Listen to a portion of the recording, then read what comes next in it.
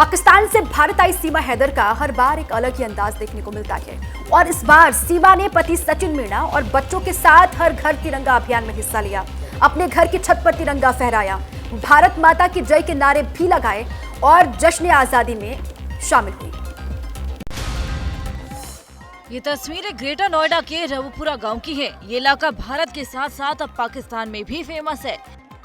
रबुपुरा गांव से आई इन तस्वीरों को देखिए, जहां पाकिस्तान की बेटी सीमा हैदर भारत आकर पूरी तरह यहां के रंग में रंग गई है। वंदे मातरम का जय घोष किया, भारत माता की जय के नारे लगाए, भारत माता की जय, भारत माता की जय, शान से भारतीय ध्वज फहराया और खुद को भारतीय साबित करने के लिए पाकिस्तान मुर्दाबाद के भी नारे लगाए। पाकिस्तान मुर्दाबाद, पाकिस्तान मुर्दाबाद। सर पर चुनरी, गले में तिरंगा दुपट्टा और तन पर भारतीय रंगों में रंगी साड़ी पहने सीमा जब सामने आई तो उसके साथ पाकिस्तान से आए चारों बच्चे भी थे। भारतीय हूँ और मैं लगाऊंगी हमेशा सारी जिंदगी। दरअसल सीमा हर घर तिरंगा अभियान में शामिल हुई थी और सचिन के घर पर सीमा ने पूरे परिवार के साथ भारत का तिरंगा लहराया। गैर कानूनी तरीके से भारत में दाखिल हुई सीमा अब भी पुलिस की निगरानी में बनी हुई है। और वहीं दूसरी ओर अपने फेसबुक फ्रेंड नसरुल्ला से शादी करने के लिए पाकिस्तान पहुंची अंजू वहां आजादी के जश्न में शामिल हुई। पाकिस्तान के यौम आजादी का केक भी काटा, पाकिस्तान के समर्थन में नारे भी लगाए और अपने फेसबुक वाले पति के साथ हिंदुस्तान आने की बात भी कही।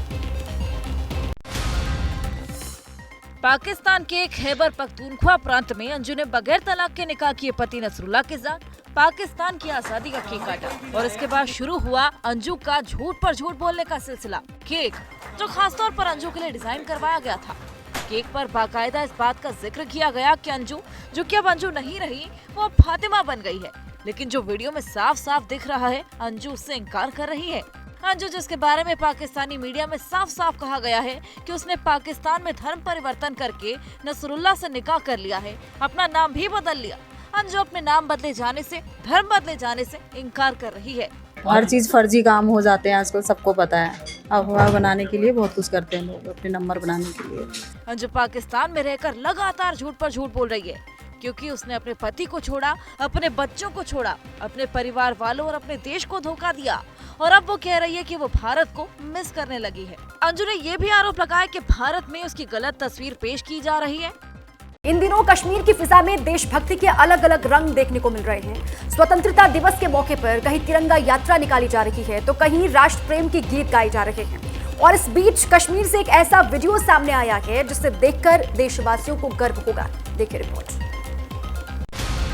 हाथों में तिरंगा लिए ये शख्स खास है और खास है वो जगह जहां तिरंगा शान से लहरा रहा है। स्वतंत्रता दिवस से पहले उत्तरी कश्मीर के सोपोर में हिजबुल मुजाहिदीन के आतंकी जावेद मृत के भाई रईस मृत ने तिरंगा फहराया। भारत 15 अगस्त को अपना 77वां स्वतंत्रता दिवस मनाएगा। इससे पहले प्रधानमंत्री मोदी की अपील पर देश में रविवार से ही हर घर तिरंगा अभियान जोरों पर है। हर घर तिरंगा अभियान की वजह से जम्मू कश्मीर की फिजा भी बदली नजर आई। श्रीनगर के ऐतिहासिक लाल चौक पर बाइक तिरंगा रैली का आयोजन किया गया।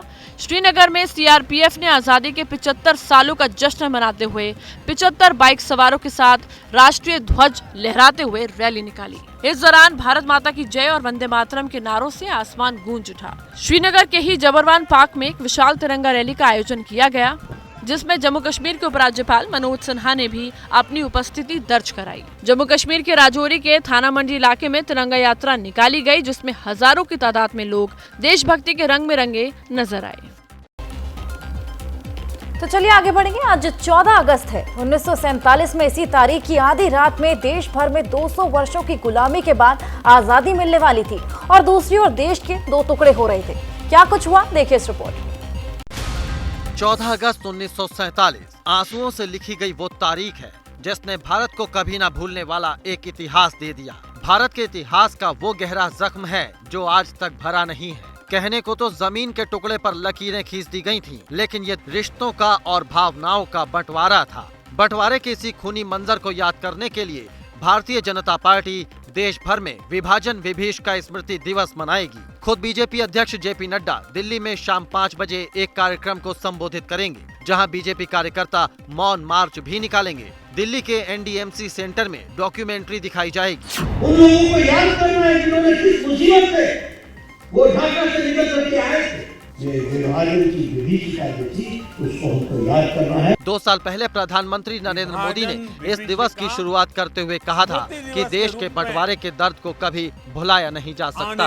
विभाजन विभीषिका स्मृति दिवस को लेकर 14 अगस्त 2021 को केंद्रीय गृह मंत्रालय की ओर से गजट जारी किया गया था। और उधर महाराष्ट्र के सीएम एकनाथ शिंदे के चुनावी क्षेत्र ठाणे के सरकारी अस्पताल में 24 घंटे के भीतर 18 मरीजों की मौत से हड़कंप मच गया।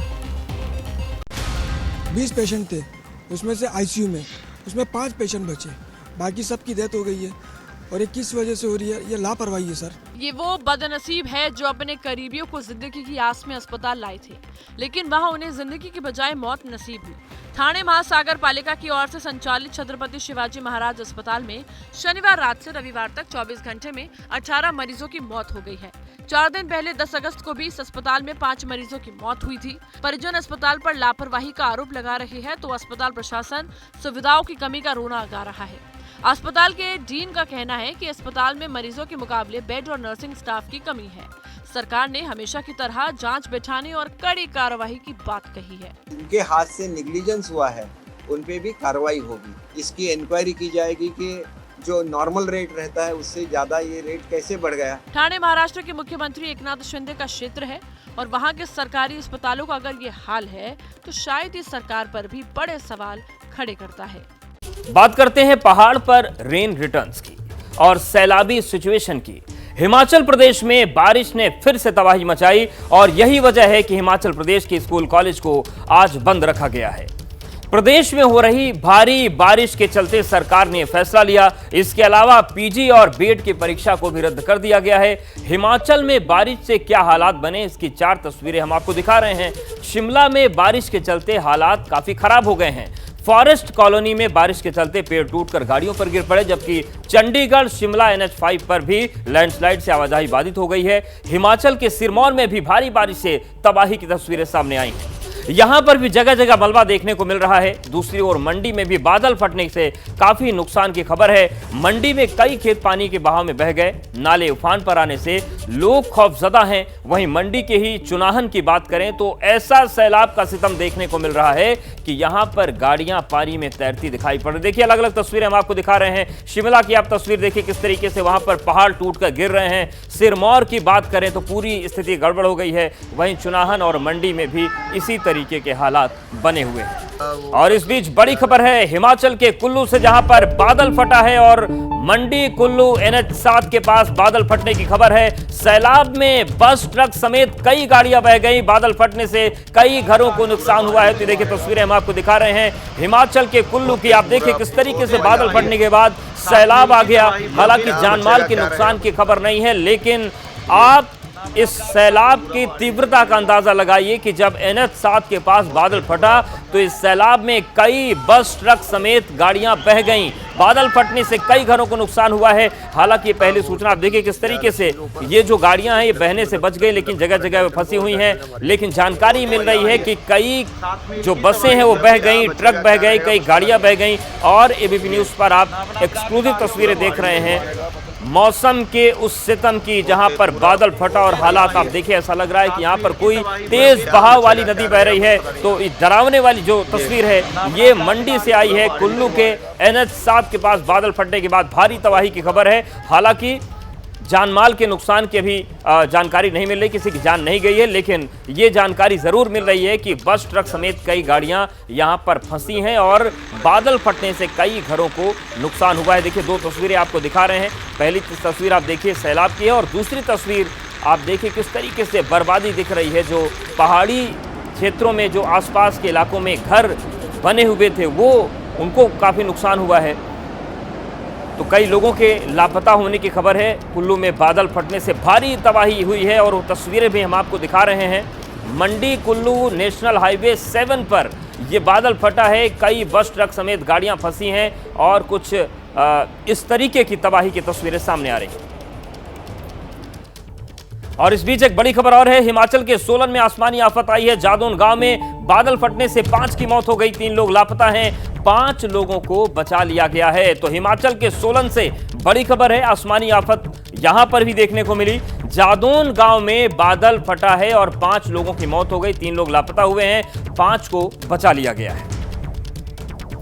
और चलिए हिमाचल प्रदेश के मंडी की बात कर लेते हैं, जहां पर भारी बारिश का कहर देखने को मिला। कहीं बादल फटने और कहीं लैंडस्लाइड से लोगों की मुश्किलें बढ़ गई। नाचन क्षेत्र के चच्योट गांव में अचानक नाला उफान पर आ गया। लोग जान बचाने के लिए घरों से बाहर निकल आए। बताया जा रहा है कि गांव से कुछ ही दूरी पर बादल फटने से नाले में सैलाब आ गया।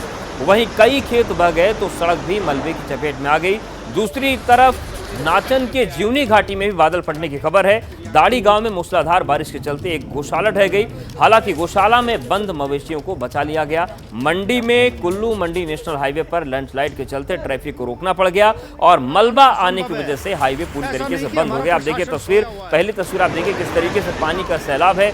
दूसरी तस्वीर गौशाला में हालांकि बहुत सारे मवेशी जो फंसे थे उनको निकाल लिया गया। और तीसरी तस्वीर आप देखिए मलबा आया है नेशनल हाईवे पर और नेशनल हाईवे बंद करना पड़ गया है।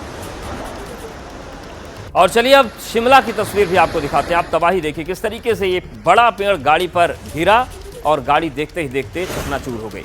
हिमाचल प्रदेश में कुदरत की विनाश लीला लगातार जारी है। बीते 24 घंटे से आसमान से आफत बरस रही है। बड़े बड़े पेड़ों को धराशायी कर दिया है। शिमला फॉरेस्ट कॉलोनी में 10 से ज़्यादा पेड़ों के गिरने से कई गाड़ियां यहां पर बर्बाद हो गई। तो इस साल की अगर हम मौसम की बात करें, मानसून सीजन की बात करें, तो सबसे ज़्यादा नुकसान हिमाचल प्रदेश को झेलना पड़ा है और एक बार फिर से यहां पर मुश्किलें बढ़ गई हैं।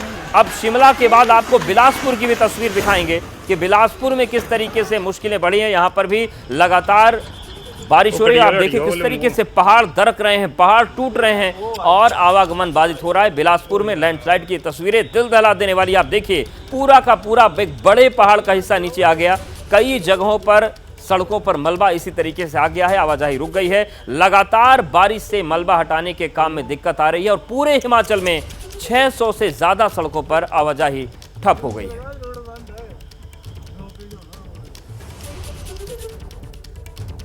और रविवार को हिमाचल प्रदेश के सिरमौर में भी बादल फटा है। सिरमौर की नाहन विधानसभा के कंडईवाला इलाके में बादल फटने से तबाही हुई।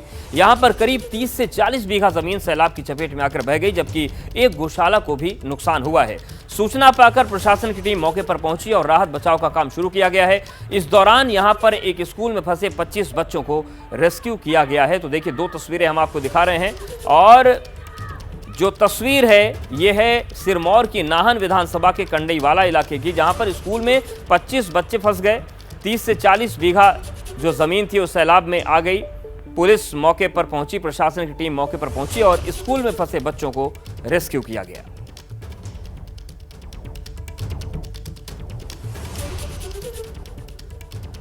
तो ये तस्वीरें आपको दिखा रहे हैं, देखिए सिरमौर की तस्वीरें हैं और यहाँ पर एक स्कूल में बच्चे फंस गए थे। हालांकि जैसे ही प्रशासन को जानकारी मिली वैसे ही उनका रेस्क्यू किया गया।